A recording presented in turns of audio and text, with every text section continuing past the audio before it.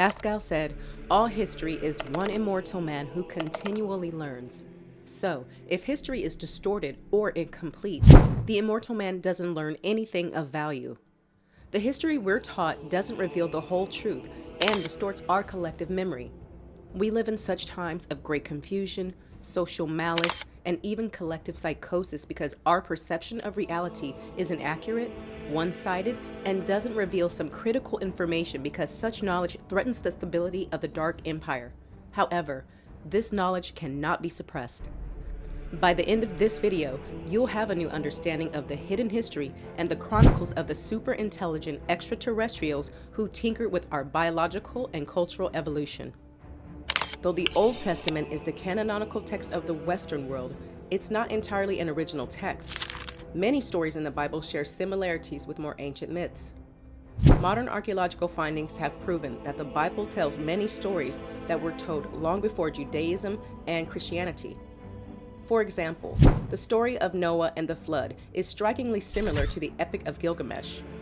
The hymns from the epic tell about ancient times when gods walked among men.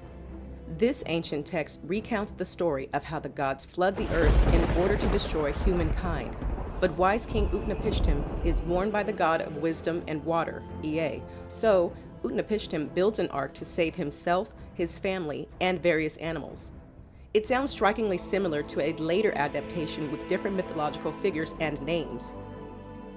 Another example is the many similarities that Jesus Christ and Greek god Dionysus share, such as associations with wine, resurrection, and persecution by the authorities.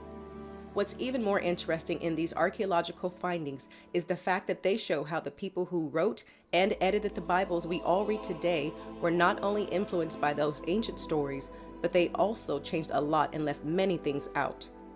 The Roman Catholic Church, which still has a stronghold over the world, was famous for its inquisitions where they burned and tortured anyone who disagreed with their version of the Bible. Secret societies and occult communities formed as a reaction to this. They had to be occult to stay away from the prosecution of the Dark Empire. We have to remember that the empire only adopted Christianity to suppress civil unrest caused by the early Christians. Those still carried the rebellious spirit of Jesus Christ and were not afraid to die or be tortured like him.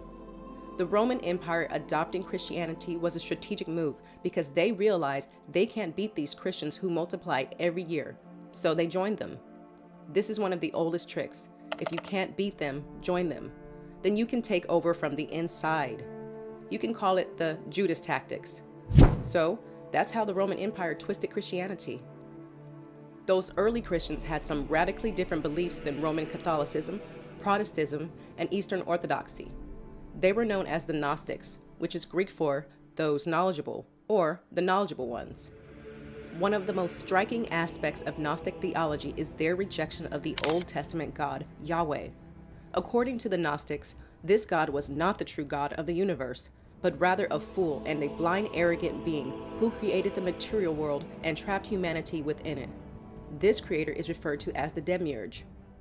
The Nag Hammadi Library, discovered in Upper Egypt in 1945, contained a collection of Gnostic texts that had been hidden away for centuries. These texts include the Gospel of Thomas, the Gospel of Philip, and the Apocryphon of John, among others. They provide a unique window into the beliefs and practices of the Gnostics who lived during the times when Christianity was a young religion.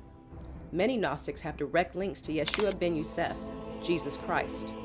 But that's just the tip of the iceberg. The farther we dive into these subjects, the more we realize there are many layers. And of course, aliens had something to do with everything at a certain point. Maybe the Bible was referring to gods, not just one God. In fact, the Jewish Old Testament makes the use of the plural form of God, Elohim, in the passage that describes humanity's creation in the image of God, referred to as our image. And maybe these aren't the gods that created the universe. They are powerful beings from another galaxy with highly advanced knowledge and hyperdimensional technology. As it turns out, modern archaeology is also pointing towards that direction. For almost most of the history of mankind, we lived in hunter-gatherer societies. However, suddenly civilizations started to emerge out of nowhere, and those civilizations had highly advanced societies, even technologies.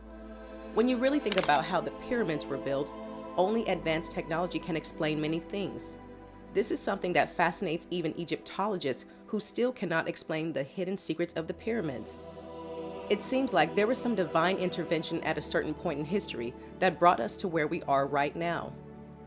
This divine intervention, or shall we call it extraterrestrial intervention, according to the ancient astronaut theory, explains how humanity transitioned from hunter-gatherers to civilized cities with architectures, customs, and intricate social hierarchies very quickly from an evolutionary perspective. First, let's start with a very interesting story, the Enuma Elish, which is the oldest story we've ever discovered. The Enuma Elish was discovered by archaeologist Austin Henry Layard in the mid-19th century during his excavation of the ancient city of Nineveh, modern-day Iraq.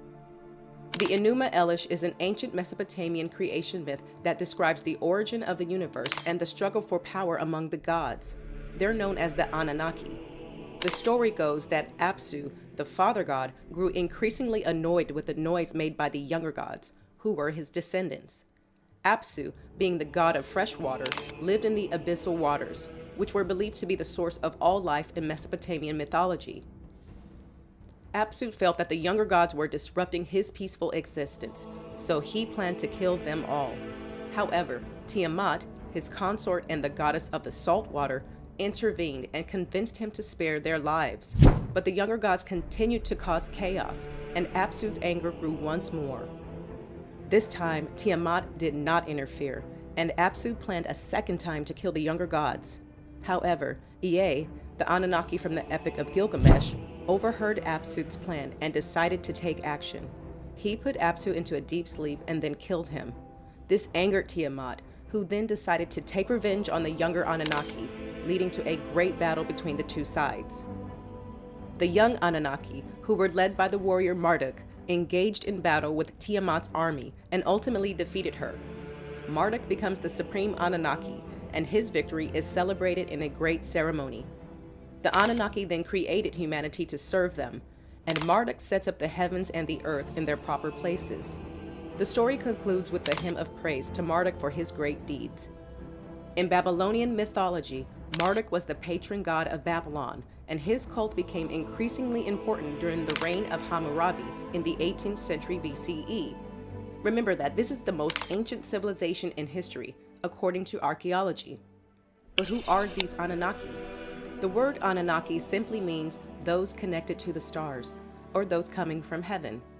They are beings that came from heaven to earth, according to ancient texts. The more we learn about these godlike beings from heaven with magical powers, the more we connect the dots and start thinking of super intelligent extraterrestrials with highly advanced technology.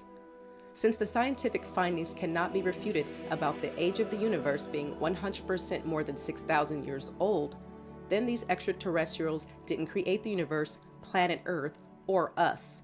However, they might have tinkered with our DNA at some point. Thus, mankind evolved very quickly from primitive hominids to being capable of building civilizations, understanding the universe more profoundly, and creating advanced technology. We're actually too advanced technologically now. We might just become like the Anunnaki and visit other nearby planets with life to tinker with their biology and accelerate their evolution just like these Anunnaki did to us. Isn't space exploration essentially about that? When you actually think about it, what's really the reason behind our thirst for colonizing space? Is it something that the Anunnaki programmed us to be compelled to do? The Bible says, God created man in his own image. Maybe the Anunnaki, or those from heaven, intervened in our evolution to make us become like them. According to the theory, they shaped our evolution to make us resemble them. And many archaeological findings point in that direction, especially where there are pyramids. It seems like all the pyramids in the world share similar patterns. We increasingly discovered that we know little about these impossible architectures, especially the pyramids of the Giza. One of the most significant things about the three pyramids is how they're connected to astrology and astronomy. The pyramids are aligned with Orion's belt, and there are some architectural intricacies that point to the dog star Sirius. Sirius is the shiniest star in the night sky and closest star to our solar system. It's called the dog star because it's part of the dog constellation and the Orion constellation. By the way, Orion and his dog, Sirius, are the easiest constellations to spot in the night sky. So, are these super intelligent extraterrestrials with their magical technology and advanced space travel vessels telling us that they came here from Sirius? This is actually a reasonable question considering modern astronomical findings tell us that Sirius is actually a double star system. These findings only confirm what the ancient Ethiopians already knew. So how did these primitive societies know that Sirius is a double star system? Maybe they knew because that's what the Anunnaki told them. We can spend a whole week speculating about these matters. All we end up realizing is that the history we were taught is only the tip of the iceberg and doesn't answer the big questions that many archaeological findings raise. The history taught only serves as a means to make everyone think alike and not question reality, which makes us easily controllable. As a matter of fact, states and organized religious institutions are no strangers to suppressing information that doesn't serve their systems of control. We've already talked about that. An example of that is the removal of the Book of Enoch from the canonical Bible. The Book of Enoch is an ancient Jewish religious text that was written between the 3rd and 1st centuries BCE. It contains accounts of Enoch, a patriarch from the Bible who was taken into heaven by God and shown visions of the end of the world. One of the most fascinating aspects of the Book of Enoch is its discussion of the Nephilim. These were a group of giants that, according to the book, lived on earth before the Great Flood. The Nephilim were believed to be the result of the union between fallen angels, known as the Watchers, and human women. The Watchers could be interpreted as the extraterrestrial Anunnaki race. And since they tinkered with our DNA to make us resemble them, according to the theory, it's not strange that this extraterrestrial race lusted for human women and procreated with them. Maybe their descendants are still walking among us till this day. During early Christianity and Judaism, the Book of Enoch was considered to be an important religious text and was even quoted by some early church fathers. However, by the 4th century CE, the book had fallen out of favor with the Roman Church and was eventually removed from the canon of the Bible. What ushered in afterwards was the Dark Ages. The decision to remove the Book of Enoch from the Bible illustrates how organized religion and state power can shape the historical paradigm. Share your positive vibes with us by subscribing to this channel.